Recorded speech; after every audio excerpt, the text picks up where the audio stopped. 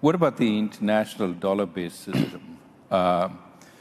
With all these disruptions, do you stand ready to supply dollars to central banks as you've done in the past when there's been a global shortage of dollars?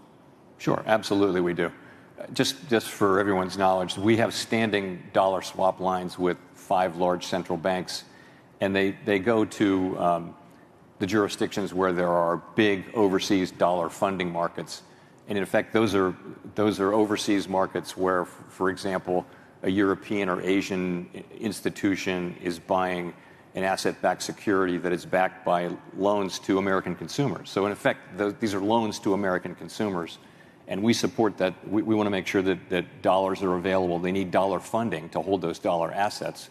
So the way it works is, when needed, we lend to the central bank in dollars, and they pay us back in dollars. They then pay in their currency. They lend on in dollars, and so we take no credit risk or anything like that. And it supports dollar funding markets. Dollar funding markets are very sensitive during times of crisis, and it's very helpful. The reason we do it is it's really good for U.S. Consumers. So we'll continue to do that, just as part of the dollar being a reserve currency, the reserve currency, most important. And we will do that. You mentioned amongst the issues you were focused on was the U.S. fiscal situation. Well, clearly, U.S. sovereign debt continues to rise. And what are your thoughts on the longer-term implications for interest rates and economic stability?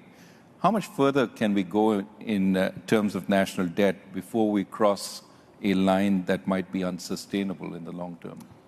So the U.S. federal debt is on an unsustainable path. It's not at an unsustainable level, and no one really knows how much further we can go. Other countries over time have gone much farther, but we're now, we're running very large deficits at full employment, and this is a situation that we very much need to address.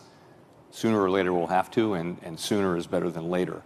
In terms of, if I can say from my time working on these issues, it's not the Fed's issue, but if you look at a pie chart of federal spending, the biggest parts and the parts that are growing are Medicare, Medicaid, Social Security, and now interest payments. And so that's really where the work has to be done. And those are issues that can only be touched on a bipartisan basis. Neither party can figure out what to do without both parties being at the table. So that's critical.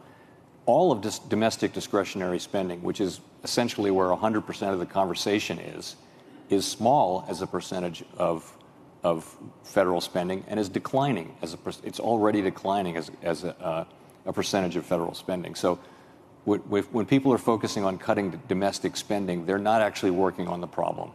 Domestic discretionary spending is already going down. I like to make that point because so much of the dialogue that the politicians offer is about domestic discretionary spending, which is not the issue.